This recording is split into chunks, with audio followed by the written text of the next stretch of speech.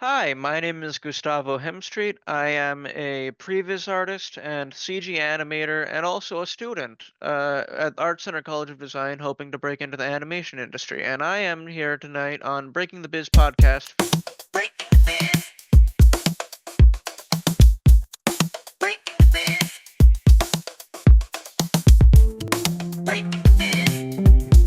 Stay tuned for today's episode of Breaking the Biz, an informative podcast where we dive into the world of entertainment by interviewing seasoned professionals who have made their mark in the industry. Gain invaluable insights as they share their personal journeys, offering advice on navigating the dynamic landscape of the entertainment industry. Whether you're an aspiring actor, musician, filmmaker, author, animator, or any creative soul, tune in for expert career guidance, insider tips, and first-hand accounts on breaking into the entertainment industry. Get ready to unlock the secrets behind successful careers and fuel your own passion for the limelight. Please remember to like this video and to subscribe to our channels for more great conversations. Greetings from Breaking the Biz, brought to you by Yes I Can Unity through Music and Education. I'm William Felber, your navigator through the intriguing universe of the entertainment industry, as revealed by the visionaries and creators who bring it to life. Stay tuned as we delve into diverse insights from the forefront of entertainment, hearing from pioneers, creators, and agents of change. Prepare for a journey filled with tales of innovation, resilience, and the undying quest for artistic brilliance. Ladies and gentlemen, we have Gustavo Hemstreet, as he mentioned, a CG animator, a senior ArtCenter College of Design student. He is a pre-visualization artist and a CG animator who's incoming senior at ArtCenter College of Design. He is expected to graduate spring 2026. I know you can feel it, right? There's light at the end of the tunnel for you. He's proud to have worked on 5 separate animated shorts during his time at college, 4 as a previs artist and CG animator. We're going to have to talk about that and really dial into what that is. And 1 as a producer and whatever else the film needed to get to the finish line. So Yeah, bottom line, you know that Gustavo's got that army knife skills where you can do a little bit of everything to get it to that finish line. He's passionate about cinematography and problem solving and is eager to use his experience in both with pre-visualization, animation, and yet another one, the gaming industries, which billion dollar industry when we talk about video games, but all of that is quite impressive. So Gustavo, I want to first of all thank you for making time. I know as a student pursuing your passion and your career, time is very limited, so I feel very blessed to have an hour of your time tonight. So I just want to thank you for that. of course, I'm glad to be here. This is my first time doing a podcast. I mean, it's kind of a joke, like everyone my age is like, oh, well, I'll just make a podcast with my friends, and everyone talks about it, but this is my first time hopping into one, so I'm glad to be here. This is fun. Perfect. Love it. So let's talk about it. Gustavo, when you were a little baby or just maybe past the baby and you're talking and you're learning about different careers, what is it that you wanted to do? You said, when I grow up, I wanna, and what was that for you? Well, I always was a creative person. When I was a kid, I used to tell everyone I wanted to be a builder, but I said builder because I didn't know that architect was a thing. I wanted to design the buildings. I didn't want to. I mean, I guess I wasn't opposed to like actually making stuff. I still like making stuff, but my very first like dream job was architect, I guess. And I have loads of architecture books and I love drawing buildings, but then when I was a kid, I discovered theme parks, and that's another. You mentioned billion dollar industries. That's another thing I'm very interested in, themed entertainment. And as a kid, I'd go to Disneyland, and I'm like, oh well, maybe I'll make my own theme park when I grow up. I'd draw maps of Hemstreet Land, which is like my theme park, I guess. It's which was my dream as a kid, and as a kid, I'd read about how Disneyland was made, and of course, Walt Disney and all the other people were animators first. I'm like, okay, well, I guess I'll become an animator. And then several years later, many years later. When I was going into community college, I needed to pick a major, so I'm like, oh well, animation's good a major as any, and I jumped into it, and I haven't looked back since. Okay, I absolutely I love that, and we have many people who love the theme parks. Did you want to design like caricatures, or were you more into the with that architect mind actually building the roller coasters?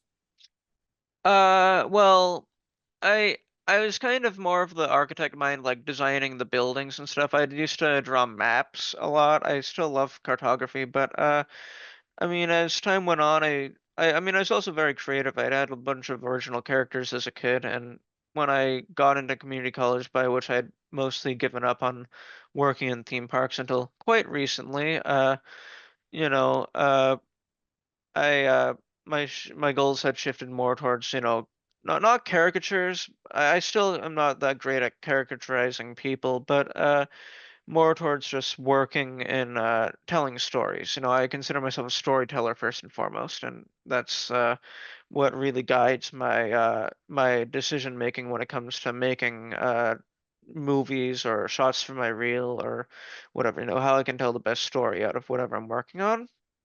I love that. Being a storyteller and being able to tell that story in many different visuals is amazing. If that's animation, if that's actually film and getting it to the end by doing any job that's needed, like you mentioned in your bio.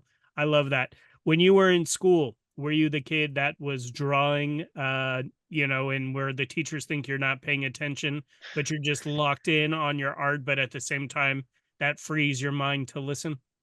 Well, a little bit of both. I'm very grateful that I was able to go to school, to some very good high schools and elementary schools in Santa Clarita, where I grew up, which is where this podcast is based.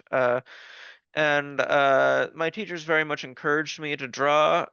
I remember once I got in trouble for drawing on my desk. I was drawing a little roller coaster on my desk, and I tried lying that I wasn't drawing. That was probably the most trouble I got into in high school. I mean, in elementary school, and I was always just doing my own thing, like drawing, and I kind of put that away in high school. I was actually a band kid for most of high school. I played the trumpet for the longest time, and I guess I had assumed wrongly that they would teach you how to draw in college, which they're not going to do that. You're kind of expected to have a pretty good drawing base when you go to art school, which is something I had to develop when I was at community college, and then ultimately, because I didn't draw enough as a kid, by the time I got to community college and more got to actual art college, art center, I kind of realized that it was kind of in a sense too late to quickly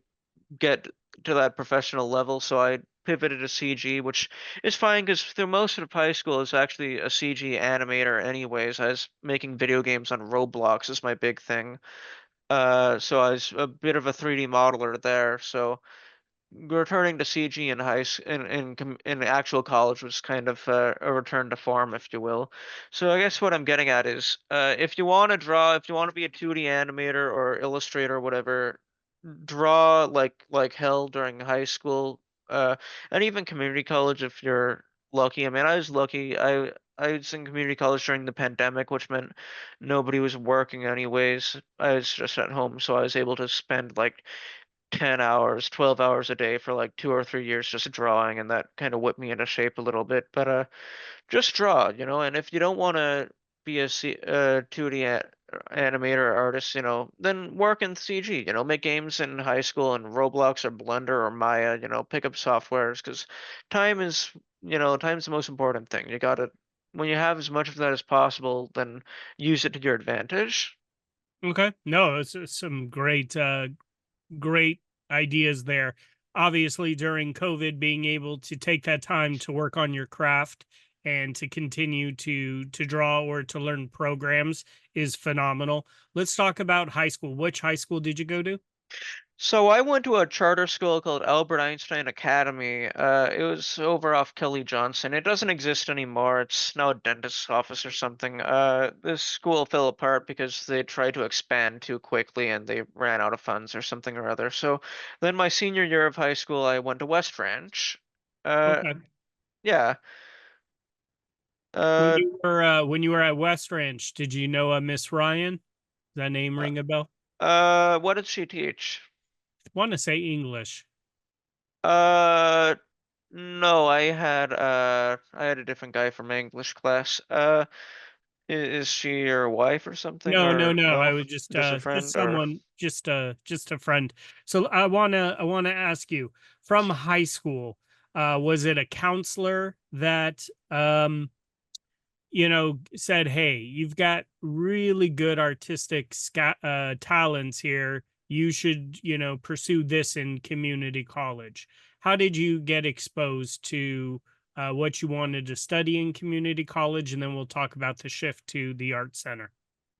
yeah, so I didn't really speak to any counselors in high school. I was kind of stupid in that regard. I didn't speak to any counselors. I knew that I wanted to get into Cal Arts, where my parents graduated from, like every other animation student on Earth, I guess. And but I also knew that I was planning on just going to community college straight out of high school, so I wasn't really planning on like really applying to colleges yet. I knew that just getting my gen eds out of the way and at COC was the plan, so I probably should have given it more thought. I remember I was my senior year of high school, I was kind of insecure. I didn't really know what I wanted to do.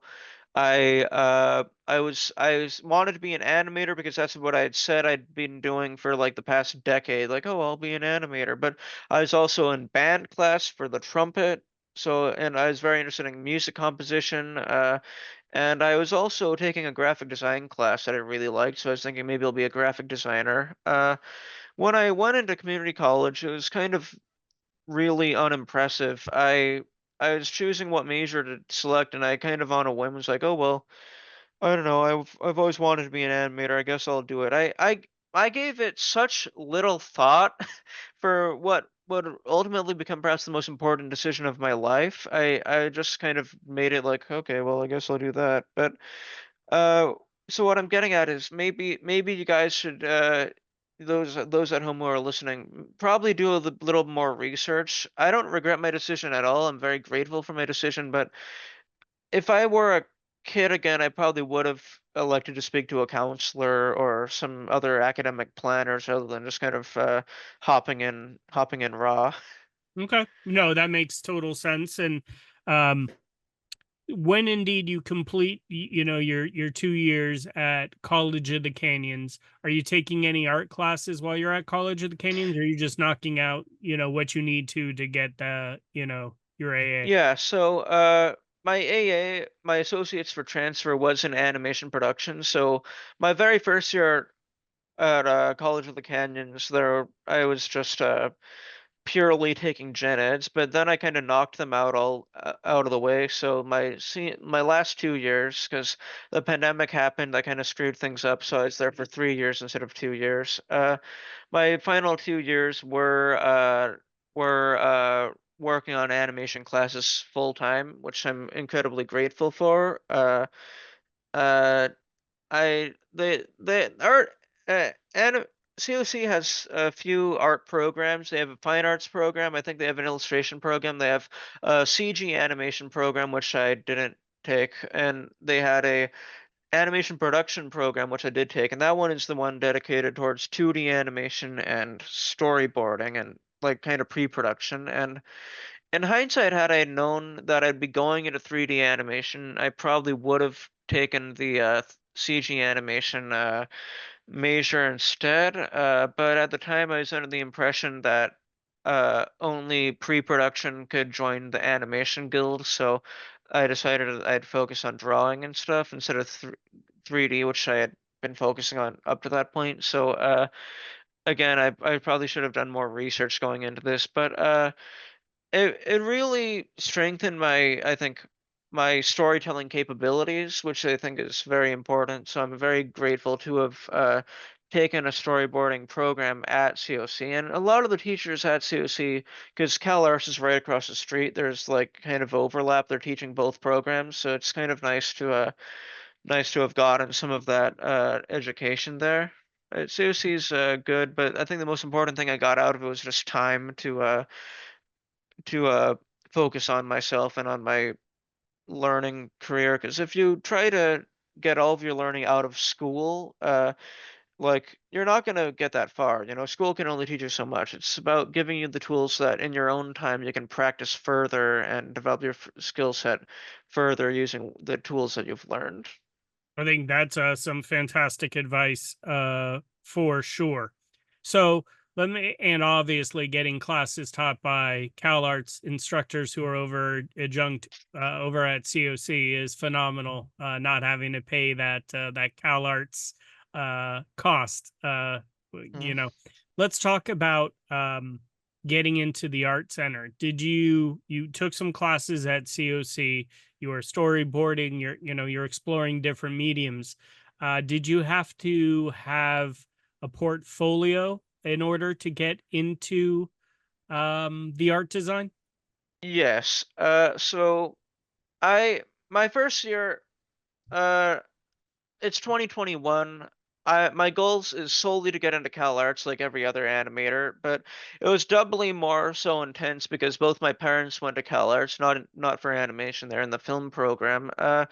So I'm like, okay, well, my parents went there, I need to try and go there. So I spend a year working on my portfolio, and that CalArts portfolio is so intense. They want to make you do a sketchbook that's like every page is perfect, no room for error, just like professional illustration tier illustrations, plus a portfolio, plus like a video of yourself, plus some other things. So I work on that for a year, get rejected. That sucked. And I had only applied to the one school, so it basically forced me into a gap year. So this gap year, I resolved not to make the same mistake again. So I applied to many different schools. I must have applied to like 10 or 15 different art schools. And the second time around, I get into every single one I applied to, except for CalArts. They just really didn't want me.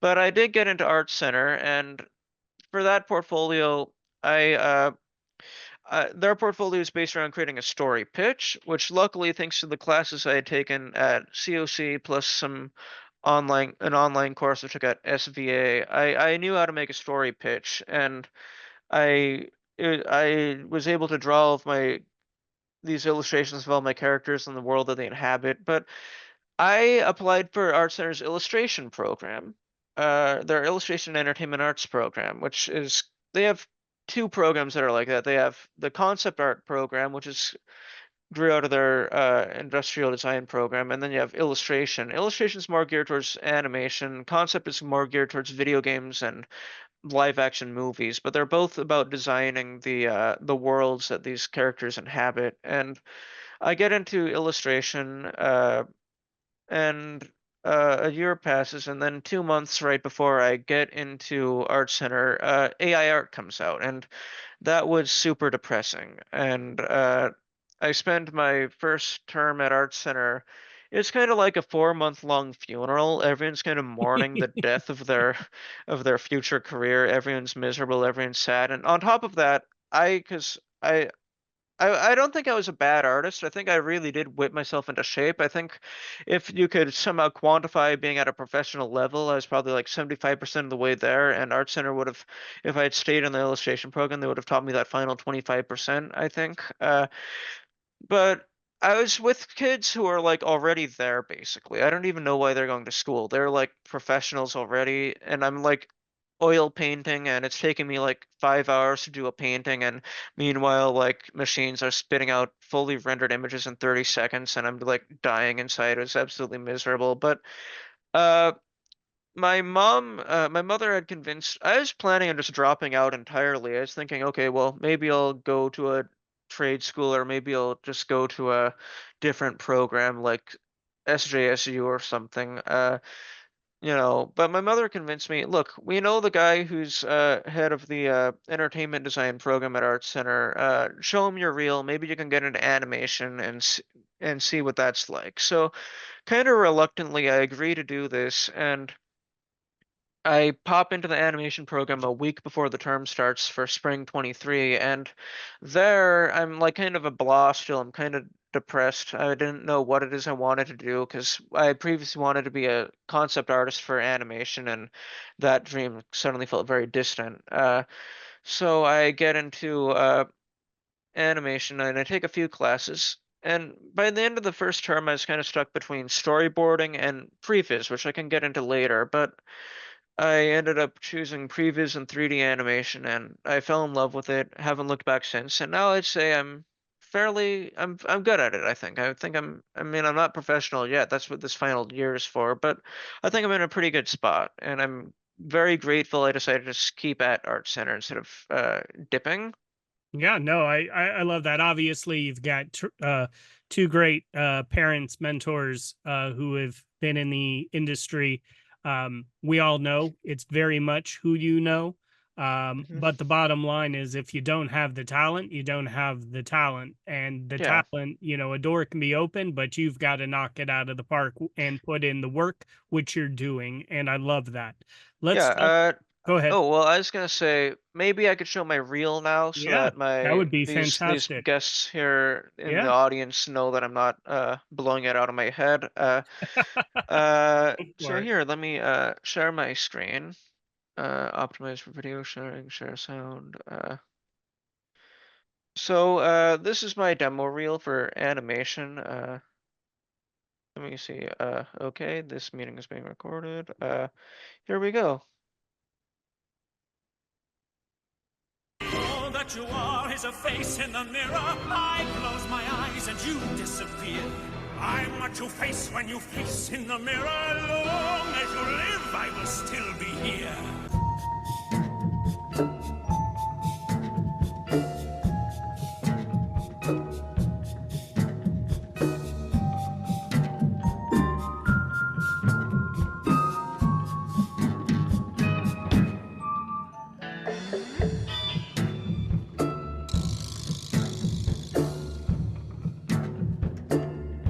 You should really get rid of that amulet, honey. I think it's changed you. Don't listen to her. She's jealous of you. That's why she doesn't let you play Xbox anymore. I used to play Halo whenever I want. Please, you're scaring me. One for the money, two for the better green, 3, 4 methylene, dioxymethamphetamine. Play of the game.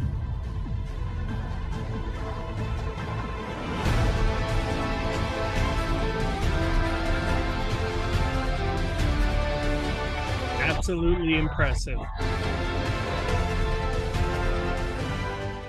Thank you very much. So let me shop screen sharing. There we go. So let me ask you, was that the reel that got you into Art Center or some of that from art projects from Art Center? Most of that reel is actually so the bit with the blue people, the little goblins. Those were made at Art Center. I worked on a capstone film last year called Dokkaebi, which I don't think it's released yet, but those were some of the shots I did for that film. But everything else I made this summer. I mean, in fact, the one with MF Doom in the car, I did that last night. I just cranked that out yesterday. So most of that is very recent. The stuff I made for Art Center, I don't actually have it on my computer right now. I could probably send you some photos if you wanted to edit them Okay. in later, but I try to make my new reels constantly. I'm always trying to make new stuff. In my head, if I have stuff in my reel that's been there longer than like 6 months, I'm doing something wrong. I always want to be updating my stuff with new movies I've made, new sequences I've made, so that I'm always improving that skill level. If I'm doing it correctly, I'm gonna look back on stuff I made a year ago and want to vomit, right? I don't want to keep old stuff in there. I want to keep new stuff. No, first of all, the MF Doom, super cool, caught my eye, for Yeah. sure. So, kudos to you for being that down in hip You hop know world. Doom. Yeah, Yeah. yeah, yeah, yeah, Yeah. super cool. My next thing that I wanted to talk about was, um, now that you have that put together, you have another year at Art Center, then you graduate. What is the plan? Do you, you mentioned high school didn't really talk to the counselor. You wish maybe got a little guidance there. Um, we'll talk about mentors and your parents in a second, but is the plan to, through the Art Center, work with their um, employment center to help open doors? Are you going to look for an internship? I mean, obviously, the quality of your work, you can tell, you mentioned those students that are really solid and you don't know why they're there. I look at your work and I look at you the same way. So what's next? What's the next step, I guess, for you? Well, right now, this I just registered for classes this morning for the fall. So, I'm supposed to be having a portfolio class this fall for starters, and that portfolio class is taught by a faculty member. In this case, I've asked my mentor, Terry Mays, to be my portfolio teacher. He's a good friend of mine. I've TA'd for him for about a year now. He's At Art Center, he teaches the Previs 1 class, but over at Disney Animation, he's the head of their layout department, which is what I want to do, layout Previs. I realize I've gone this far into the interview without just explaining what Previs or layout Yeah, let's is. get into it because for someone who knows nothing about it, explain it to me. Yeah, so layout and Previs are two very similar fields. There's also 3D Story, which is a similar thing. Basically, it's the camera and staging. For a computer animated movie, there's a cinematographer, and that is you. You're the camera guy. But when you bring the world together for the first time, because before the layout artists there, the film doesn't exist, right? You have the storyboards, which are just drawings, and you have the assets, which are like the models and the characters and all that. But it is the job of the layout artist to bring the film together for the first time, put the characters in front of the camera, maybe do a blocking passive animation, and figure out how the scene works in 3D before the animator goes in and actually does the animation. The reel I showed you isn't for layout, it's for animation because I need to be a good animator if I want to be a previous artist or a layout artist. But and layout reels are long because they're working in sequence. It's not a matter of how does the individual shot look good. It's a matter of does this 2 or 3 minutes worth of shots look good together. So Previs is very similar for film and television, except it's disposable. You are pre-visualizing the movie. You're animating a version of the movie first before it gets sent off to the VFX people to actually animate it, because you need to show the director or producer or money people, hey, this is how this movie is going to look before we commit to filming it and VFXing it, right? So it's like 3D storyboarding, which there's also 3D storyboarding. It's part of the planning phase. It's a producer's tool. It's like you figure out how things work, and both of them are very similar. They're kind of like sister fields. I want to be able to do both. My mentor, who's I absolutely adore, I took his class at Art Center when I didn't really know what it is I wanted to do. I asked him towards the end of that first term, what can I do to get better at this? And he just told me, make more movies. So, during the summer break and winter breaks, I just start making previs movies during my free time.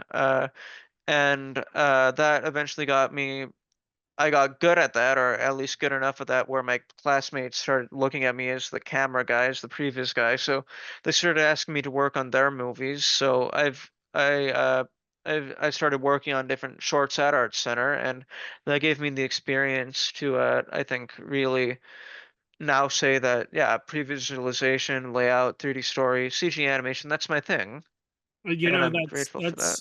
that's fantastic. A, that you're grateful. B, that you found out exactly what it is that you want to do. It's a wide industry.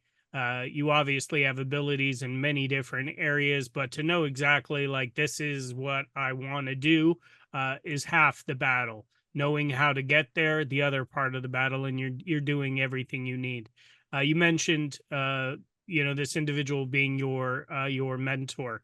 How much would you say parents, having experience in film and mediums, different mediums, um, how are they mentors to you? Well, my parents are my cheerleaders. I love them. But because what it is I do is different than what they do, it's a more indirect help, you know? Like obviously there's the support of being able to live in their house and eat their food and have a bed to come back to at night. I love that. And but a lot of it is just like moral support, you know? Like they can they give me the love and feedback that I need on how to live professionally, be a professional, but it's not like industry feedback. Cuz my dad, he's a producer at Warner Brothers for a while, live action, special features, and my mom she was in the film program at CalArts, but then she became a singer. So there isn't a real lot of direct feedback that helps. My dad can give me some good feedback on professional stuff like how to make a good resume or how to make a good demo reel, I guess, or at least make it in a way that is interesting for executives like he used to be. But their support has mostly been just through holding like cheering me and giving me their support. I know a lot of artists come from households where their parents don't support them and just want them to go to the safe fields. My parents were never like that. In fact, I might argue they they could have been too supportive at times. I feel like sometimes it would have been nice for them to like tell me to hunker down rather than waiting for me to just figure that out by myself. But they've been so ever so helpful to me and giving me so much love and support. I've never felt unsupported, and that's really I'm grateful for that. Yeah, no, and that is something that you said that resonated. You mentioned that sometimes parents want you to go into a safer career, um, and it's nice to have two parents in entertainment who are backing you as those cheerleaders, like you mentioned. Absolutely, how it should be. And you mentioned your other peers started to see the talent as the previous artist, um, which I think is great. Talk me through how important it is to say yes to working on projects, even if you're not getting paid when you're building the portfolio and you're in college. Yeah, I'd say that's very important. I mean, it's helpful. So at Art Center, how it works, some schools you make your own movie, right? Like Cal Arts, you make four movies for the four terms you're at art school, right? And that's the way many other schools work. But Art Center is different in that it's team projects. You work on two shorts minimum. Your your junior short, no, not junior, your sophomore short, which is your your first short, and then once you know how to make a short, then you make your capstone short. But you're also kind of expected to just volunteer on other people's shorts to get additional practice, you know, and I think that's very important. I think it's a good thing to go to a school where you work on a group project because that's just how the industry works. You're never just working on your own thing. You're always working on teams with other people, and it's important to learn how to deal with feedback or how to deal with deadlines and schedules and being reliant on other people or having other people reliant on you. That was a big reason why I chose Art Center because I wanted to have the experience of working on a short, and I'd say the importance of working on these films. I mean, look, obviously, if you have a mouth, if you need to like feed other people or something, like you should probably try and get paid work if possible, but that might not necessarily be possible, and especially if you're in your early career. I think it's good just to get your name out there. I mean, don't like kill yourself. Like, don't be working like 17-hour days or whatever for pennies on the dollar. But like I think like in my case, working on shorts, the five shorts that I've worked on, it's been very good for me in my career because it's shown me how to work in a professional environment, and it's also given me lots of opportunities to develop my reel. I think the best ways like if you go to art school and you're expecting that your classes alone are gonna make give you your demo reel, your portfolio, whatever, you're dead wrong. You're gonna if you're working on just your classes, you're gonna be so mind numb after working like your however many hours a week at Art Center. Usually it's like 70 hours a week on all your classes. That's like you're gonna be dead by the end of that. You're not gonna be producing good work. But if you're working on a movie, usually you have a little more time to really polish your work, and you're gonna make really good work. The best work you're gonna make is probably gonna be on student films or movies you make in your free time. I'd say always take up the opportunity if you can. I mean, don't overstretch yourself. Like if I'm taking a full 5 classes at Art Center, that's gonna be like 25 hours a week just in class alone, plus all of your homework. I know I'm not gonna be able to give it all my all if I want to work full time on another film, but if I can say, okay, well, I'll do like a shot or two, that's still extra practice, right? And that's good. And like especially last year, one of the films I learned the most of, it was the film a friend was producing. It was called For Oscar. That one also isn't out yet, but they asked me to be a previs artist on that, and I worked on like the scene where this kid is discovering his father's guitar or whatever, and I learned so much on that. That was just like 1 week. I just made like a sequence in 1 week, plus another week to polish. That was killing me. I was to do all of that on top of my classes, but I learned so much on that. I highly recommend uh, if you want to get the extra practice and learn what it's like to be in the industry, yeah, just work on projects with friends, work on school movies, work in indie shorts. Just do anything you can to say I've worked on a production because that is very valuable. 100%. I love that. You gave an example. You applied to CalArts, didn't get in the first time. Learned the mistake of only applying to one. Next time you applied to many, which is an indication you learn from mistakes. And where I'm going with this is people who learn from mistakes have a strong growth mindset and are successful. Um, how do you maintain resilience and adaptability when facing setbacks or unexpected obstacles interfere with your career journey?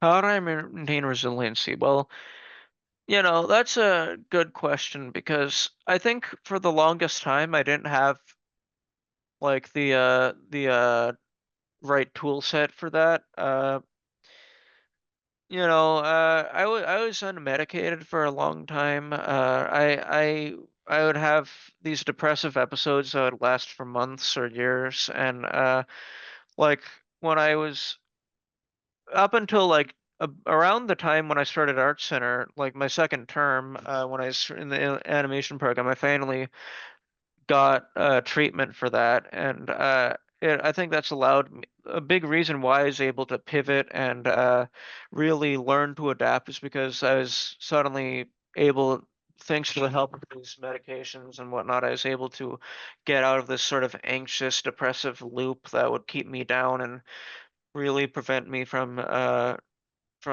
moving on. Because if you'd asked me like 3 years ago, 4 years ago, like during the pandemic, like what I do to pivot, I'd probably say, what do you mean pivot?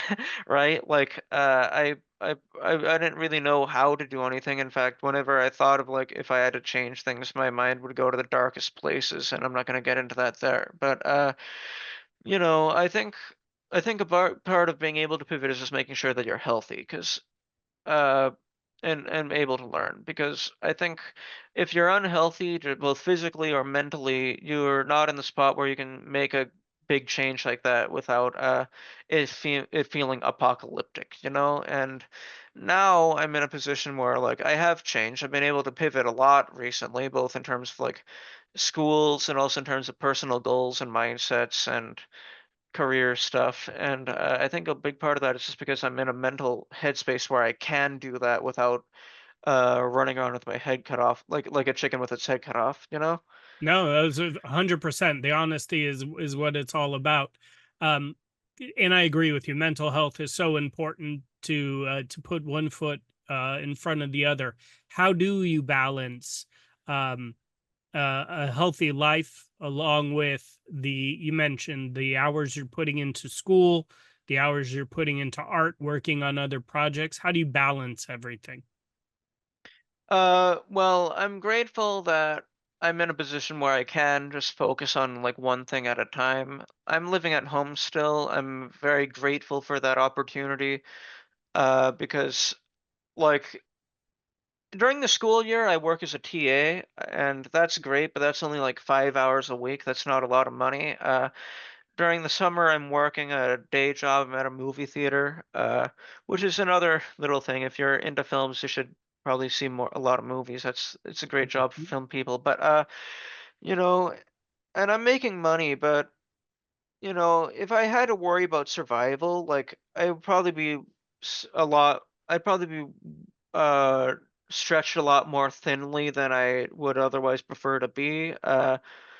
So right now I'm able to like say, okay, well, I have free time. I'm going to focus on making a movie, or I'm going to focus on my schoolwork.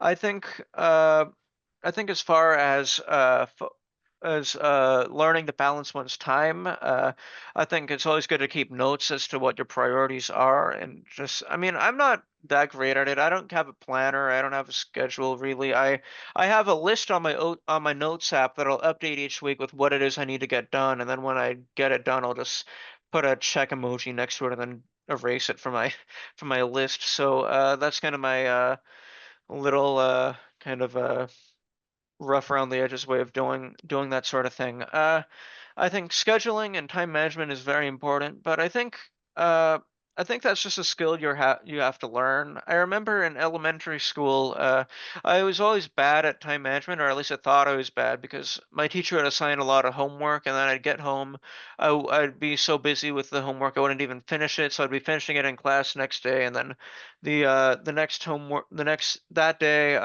whatever unfinished classwork I had would become extra homework, so I was just like this vicious cycle of not finishing anything. And then I got into middle school, and I thought I was like a terrible student, and then I got into middle and high school, and I realized actually my teacher just was giving way too much work. I was actually that was the last time I was ever behind on anything, because from that point forward I was super ahead on everything, and turns out like that teacher was just evil, I guess. No, not literally evil, It but always feels good when you start figuring out the rhythm and yeah, you can get ahead of it. I figured out the rhythm, and from that point forward, I was just always like ahead on everything. My friends tell me here in college, "How are you ahead on everything? How are you done with that work already? It was assigned yesterday." I'm like, "Well, I just do it," you know. But I think a lot of that is just because you know, I'm I'm in that headspace where I can focus. I have the support where I can focus like on my work. I mean, my room like during the term when I'm like really in the thick of it, everything kind of falls to the wayside. My room turns into a mess. My life kind of my social life kind of turns into a mess. It's just work, work, work. But I'm in a because I have that support, I'm able to give it the time that it needs to succeed. But which I think is more just to say, I think a big part of time management is having the support systems in place from friends and family where you can where you can manage your time, and a lot of it is just like learning to manage your time. Okay, perfect. Well, you're very intelligent, very insightful. I want to ask this question, and I know you're young into your journey, but is there one piece of advice you would give to an even younger Gustavo? Yes, Anything? I've thought about that a lot.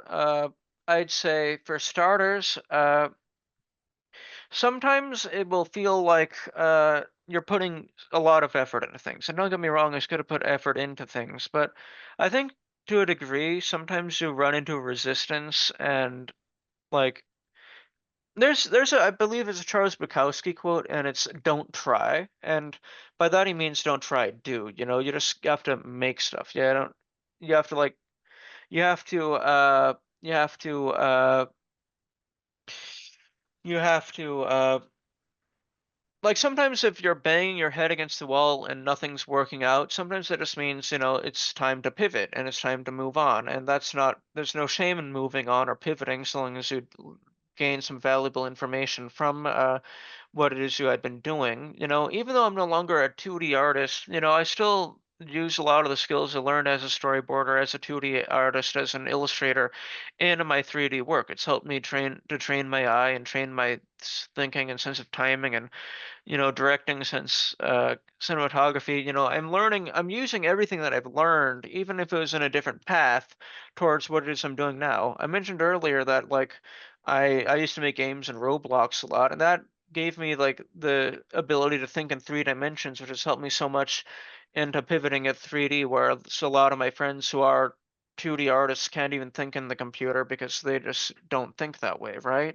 They never had that sort of experience. So I think sometimes if you need a pivot and you need a change, that's a good thing, and don't feel like you have to like sunk cost fallacy, like just keep on banging your head against the wall forever, trying to make things that aren't really working out work out.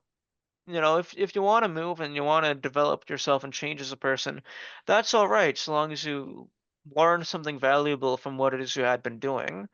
And I also would, if you, I also probably would have told myself to take more art classes in high school. There you go. Uh, Keep no, drawing. Don't stop. yeah. I want to open it up to other students, our listeners, for as far as questions go. What is the best piece of advice, for a new coming filmmaker who wants to be, who needs to have the money, budgeting, like raising money, funding on Kickstarter, and just having a lot of passion and just trust. Well, I'm not the best person to answer that question because I make my movies when I do make shorts very, very cheaply. I use a lot of free assets online. There's sites like Sketchfab or animationmethods.com that have a lot of free or inexpensive assets that you can use to like kit bash movies together. Uh, yeah, the way that you're describing it, it sounds like you're talking about like live action, which is not my Whenever it's expertise like as live much. action or animation, it's fine. Yeah. So I'd say, what's your how to make movies on a budget? Well, learn to make movies with no budget. Imagine that your film's budget is like $60 and a ham sandwich or something, and try to figure out how to make a movie with that. And then, like, once you know how to make a movie on the cheap, then you can probably figure out how to make a movie with more money. I think a big problem now these days is that they just give directors way too much money, and which results in these very bloated films. And then it's like that's a big reason why so many movies are kind of leaving this area. It's just because it's gotten too expensive. If you can make something cheaply, or I guess not cheap. It shouldn't be cheap, but it should be inexpensive, right? And if you can make it inexpensively, and it's kind of scrappy and it shows, but it's got a good story, then I think that's what matters. And people don't care about the budget, That's Mm-hmm. why TikTok and stuff, that's why that's so cool. Like TikTok or YouTube Shorts or Instagram Reels, like so much of this new content, it's made very inexpensively. It's just, and it works because it's got a good story, or at least it's got a story that attracts the algorithm and people like it, right? And if you can make stuff like that, I think you can make anything. Perfect. Great one. Let's go to Jacob. Hi, Jacob. Hi, pleasure to meet you. I do have a question though. Um, uh, what kind of program do you use how to do these animations? Autodesk Maya. I also have been teaching myself Blender, and I know Unreal Engine, like the Dokkaebi short. I was a previs artist, I was an animator, and I also was a lighter on that. So the lighting, the final render, that was done in Unreal Engine. Both Blender and Unreal Engine, both Blender and Unreal Engine are free, so those are great. Maya is free if it's with a student license. If you're trying to if you're not a student, it's something like $200 a year, which is rounds to about $20 a month, which isn't that bad. But I mean, minimum wage is like what, like 17, $18 in Los Angeles. So if you just it's really like 1 hour's worth of work a month to be able to have Maya if you're not a student. So that's a pretty all right deal, I'd say. Perfect. All right, let's go to Noah Bosier. Hi, Noah.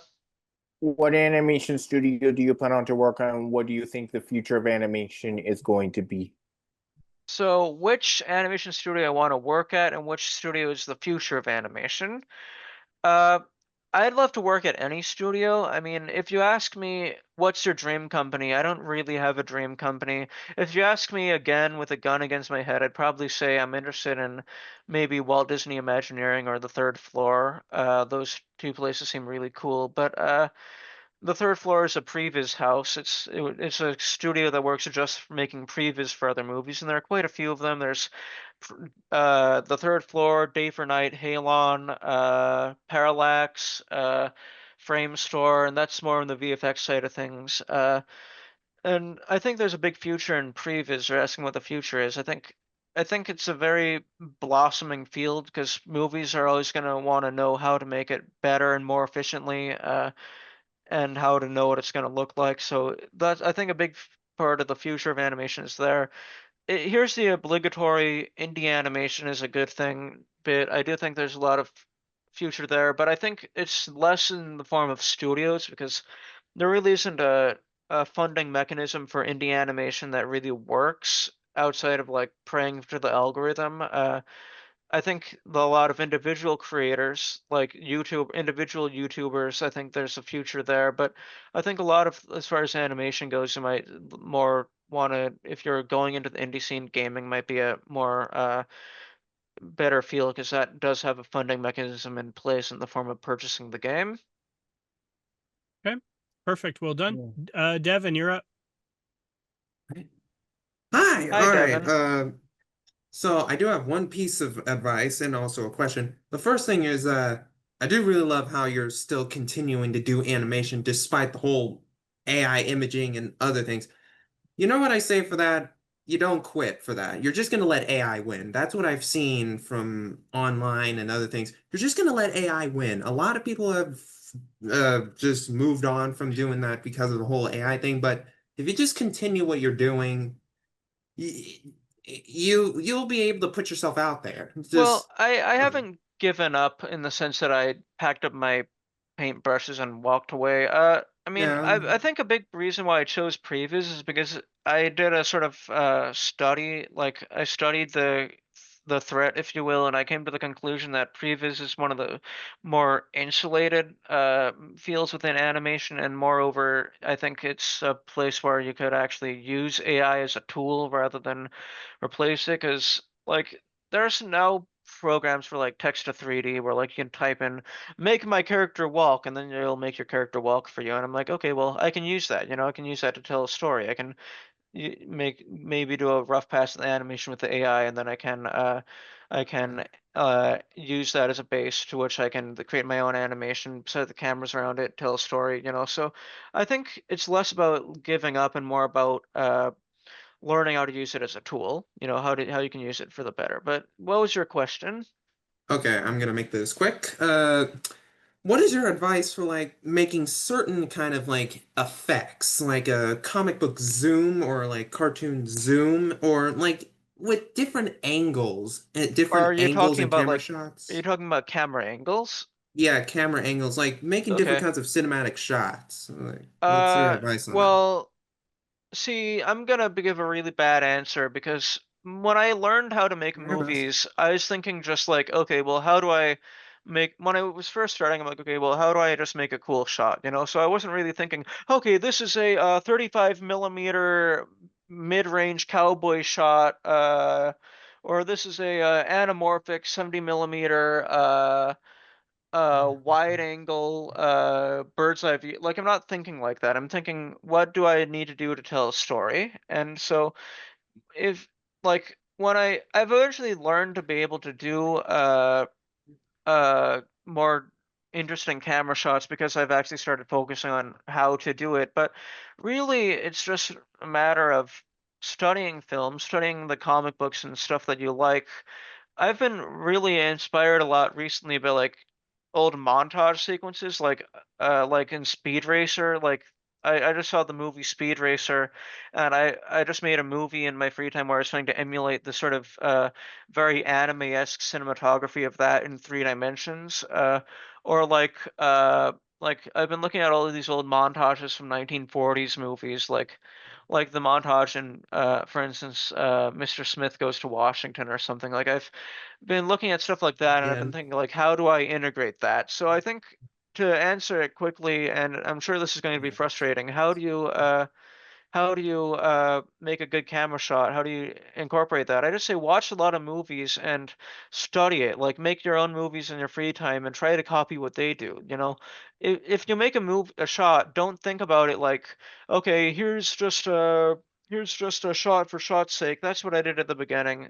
Terrible shots. What now that I can make good shots, I'm thinking, okay, what is the story I'm trying to do? What is the message? You know, if you think about it like one of those old like children's books like See Jane Run, See Dick Run, you know, it's one singular idea. What is the singular idea of your shot? And try to come up with a way to justify uh this shot and what the story it is you're trying to tell in that shot. Okay, thank you. Yeah, of Perfect. course. Daniel Para, and then Josh will be our last question. Hi, Okay. Daniel. Hello. Now, like as a person who's aspiring at making movies and shows and stuff like that, like what a genre like are you interested in tackling? For me, I would say dramedy, like a mixture of comedy and drama. What about you? I'm interested in whatever drama will, I mean, not whatever drama. I'm interested in whatever genre will get me hired. I think a lot of beginner animators or beginner artists, not to say they're beginner necessarily, but I think a lot of people go into this like field like I want to do X thing, like I want to do comedy boards or I want to do action boards, and they kind of put themselves into this little hat or like I want to draw my style or I want to draw Rick and Morty style, or I want to do cinematography that's like realistic or whatever, or I want to do cartoony cinematography or animation or whatever. And the fact of the matter is, as an animator, you're being asked to not have a voice. That's it. That's it at the end of the day. The director has a voice, the director of cinematography has a voice, but you are designed to fit into a pipeline where you can blend in with the work of like 50 other people, 100 other people, 1,000 other people, and it won't be jarring unless you're talking like making your own indie stuff. So I think your mindset shouldn't be I want to do this one thing. Your mindset should be I want to be able to do anything. I want to be able to fit into any pipeline, any company, any path whatsoever, and I want to make it work. I think that should be your mindset. Perfect. Thank Very you. insightful. Last question, Josh. How do you recommend starting like animation? Like, do you have any programs you use or software? Yeah, so are you interested in 2D or 3D animation? Either. Okay, so what I would do is I just start animating, you know? There's plenty of resources on YouTube. Like if you're a 2D animator, like get like I think Procreate Dreams or something like or some other software, like some other 2D animation software. There's Procreate Dreams, there's Toon Boom Harmony, there's I think Adobe Animate. Get something and just practice animation, you know? And for 3D animation, I'd say the same thing. Get Maya, get Blender, I don't know, get 3ds Max or something, and just make a movie. Both of your times, make a movie. It doesn't have to be a long one, just like something. I feel like if you start off with like the academic assignments like a bouncing ball, you're just gonna get bored and dip. I think just try to do something that makes you laugh, something that makes you smile, something that's fun, and just do that a few times and see if you like it, you know? And if you like it, great. Then you can dip your toes further and maybe start doing more academic assignments and just trying to get a better solid understanding. But I think the most crucial thing is to just dip your toes in and figure it out if you even like to do it before you decide to commit. Oh, I want to make this my career, right? And then I'd also recommend getting some books like The Illusion of Life by Ollie Johnson and Frank Thomas. That's like the Bible of animation. I think every student should get that. I think another one is the Animator Survival Kit by Richard Williams. Those are both like they're like the Old and New Testament of animation. They kind of describe the laws or 12 principles of animation, like our version of the Ten Commandments, if you will, and all the different like stories of how to get animation done. And I think reading those books or things like that, and you can probably find them at the library. I think those are will really set you up a good deal of ways as far as your expertise for animation. Okay, thank you. Perfect. Yeah, Gustavo, I'm going to go to closing and be respectful of your time. What an Thank you. absolute pleasure hearing about your career roadmap, is seeing the dedication that you're putting into it, the ability to adapt, the ability to handle time management, the ability to have the self-awareness to what it is exactly you want to do.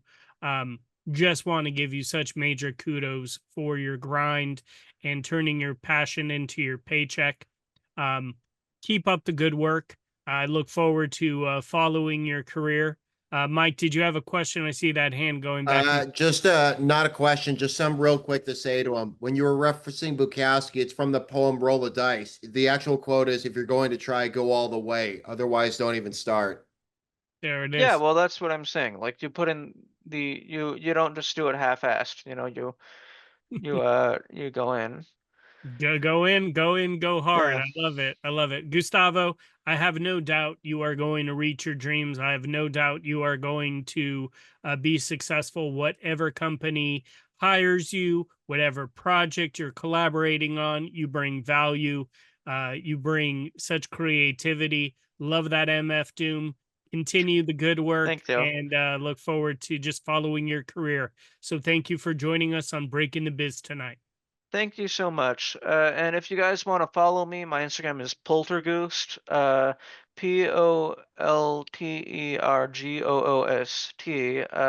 And you can find my website at www.hemstreetanimation.com. Thank you so much. Perfect. You have a wonderful evening. Thank you, everyone. As we conclude another enriching episode, we hope you found inspiration in the stories shared today. Let's take a moment to honor Yes I Can's role in bringing Breaking the Biz to life. Yes I Can's commitment to empowering young people with disabilities through education, advocacy, and mentorship shines brightly, paving paths of opportunity and dialogue.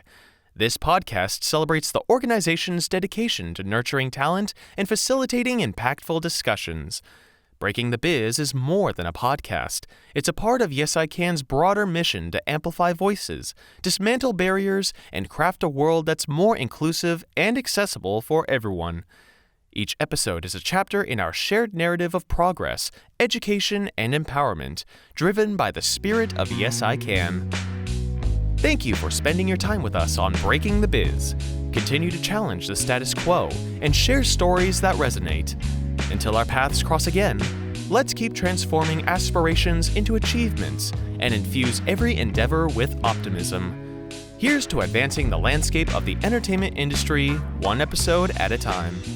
I'm your host, William Felber. See you next time.